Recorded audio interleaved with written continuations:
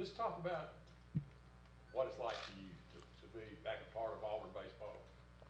Well, I know you've been a part of it, but to be yeah, like officially a part yeah, of it. it's exciting. Obviously, after my playing days and, keeping track of Auburn athletics in general, but especially Auburn baseball, it's exciting to see the success that they've had since Butch has been here and, the direction that he's taken the program. And, I was excited to have the opportunity to come and, at the beginning, as an intern and just helping out from a volunteer internship standpoint. And then, with the opportunity that presented itself with Coach Smith getting the head coaching opportunity at Tennessee Tech, I was thrilled that Butch thought enough of me to to offer me that position, and I was excited to be a part of it. It was something that I wasn't really expecting at this point, but I'm very happy for the chance. How important is it for you to be part of this program? You've kind of been a part of it really since you played and remained a part of it, but to now be able to get back in this role, how special is that? Well, I just enjoy being able to help the boys, try to get them better both on and off the field. It's I've always been obviously a big supporter of Auburn baseball and everything that we've had going on here since I've left in '97, and I'm just thrilled to death with the direction that Butch has taken the program, and to have that chance to come and be a part of it. And obviously this is a new thing for me, a new chapter in my life. I can't say I have a lot of experience as a pitching coach, but I think I know my way around the mound a little bit, and it's been fun to work with those boys in the bullpen and try to show them some things that I've learned over the years. And that's the easy part for me. The challenging part was obviously getting to know the boys and in such a quick turnaround. The night before I came on the campus, I was looking at pictures on the internet and names and trying to match them up, and not feeling like I needed to have name tags on them the next day when I got here. So that was a challenge. That's been the challenging part, but it's been a great three and a half weeks or so. Getting to know them, trying to let them get to know me, and try to help them out as much as we can. It's been fun. I know that the work's just about to start with the season just around the corner. So I'm not gonna lie. I mean, I'm a little more nervous right now than I was when I was playing. When I was playing, I kind of knew what to expect from myself and how to prepare. And this is a new area for me. So, but I'm looking forward to it, and I'm excited for the opportunity. What's the like I say, you know how to pitch, obviously, and but knowing how being able to teach and also all the other things that go with Yeah. the pitching coach. When you go get that guy and take him out, Yeah. How challenging are all those things? Somebody who hasn't really done that before. Yeah, well, I mean, obviously, I'm gonna have Butch obviously to lean on a lot. He obviously has a lot of years with a pitching background, and I know how as a starting pitcher, how I was handled over the years, and I was able to play for a lot of great managers and a lot of great pitching coaches. So, there's some familiarity there to from that standpoint. But there's obviously dealing with bullpens and just making sure that the guys are ready and the guys understand what roles they're in, and not let anything sneak up on them during the game. I think that's an important thing for most bullpens over the years that I've seen is, guys, they'd get upset with you when, you drop on them, hey, you have the second hitter, and they hadn't hardly started throwing yet. So, just want to make sure that they understand, what their roles are. I know things have probably changed throughout the year, but just try to be as transparent as I can with them and let them understand that and give them enough time to be ready for whatever situation we're going to put them in.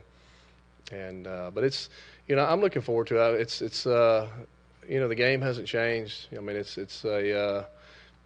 been the same for a lot of years, and obviously you have a few more guys in the bullpen here at Auburn than we did when I was playing. We'd have 12 or 13 guys in the bullpen, so it's a little, you have some numbers there to choose from, and there's a lot of depth here on the staff that, I'm excited to try to help and be a part of it. Will you call pitches? It's one of those things where we have a veteran catcher. I'm gonna make sure that we all are on the same page. And obviously Chef has a really good understanding of our staff, especially our older guys. And I know when I was here my junior year, Coach Bear called our pitches my junior year, and then my senior year, he let us older guys, take that and go with it. And I feel like it'll probably be a game-by-game basis and a pitcher-by-pitcher basis. But the main thing is just understanding that, what kind of game plan we have and understanding, how we want to execute whatever game plan we come up with for any particular team. And, and then it's up to the pitchers executing the pitches, and that's part of my job to help them have the confidence to execute whatever game plan we have. How much influence did Al Barrett have on your pitching career, and then is there anything you can draw from back then when you were a player for him to Yeah, well, he had a tremendous effect on me as a pitcher, and just as a person, as a baseball player in general. Obviously he's one of the men who helped me understand how to play this game, in a professional manner, and how to carry yourself on and off the field. And it made a huge impact on me as a player and as a person. And I hope that I can have some similar impact to the boys on our staff and on our team. I know Coach Bear means a lot to a lot of people at this university, and especially over there at Plainsman Park. And I'm definitely a better person and a better baseball guy for playing under him. And if I can just have a fraction of the influence that he had on not only me but a lot of other players, I'll be thrilled. What does it say? Butch is, he's got you and Gabe, two Auburn, very, very well-known, prominent Auburn players who've played in the big leagues for a long time. He has turned things over more than most baseball coaches do. What does that say about him, that he can kind of check his ego at the door and do that? Well, he's just a tremendous person. He's a man who, he puts trust in his coaching staff, and obviously, he's taken a leap of faith with me. Obviously, I don't have a lot of experience as a pitching coach, but I do have a lot of experience on the field and on the mound and with the ball in your hand on that rubber. So, but he also has a great background in pitching himself. So it's one of those things where he and I, we'll tag team this thing, and make sure things are going in the right direction in the beginning, and until I feel like, I have a pretty good handle on things. And I think things are definitely moving in that direction pretty quickly. I feel like things are coming together. And but for him to be able to just have that confidence in his staff, obviously, Gabe is, he was a great ball player in his own right, and had a successful major league career.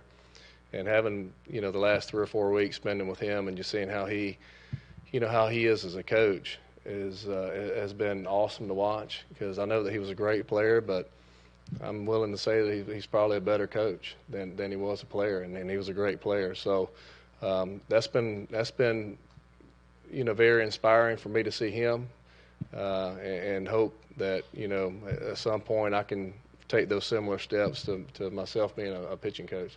How much does it help you to be starting out with a staff that has guys like Tanner, Jack, Cody, who have been here for a while, pitching at College World Series, and have that experience?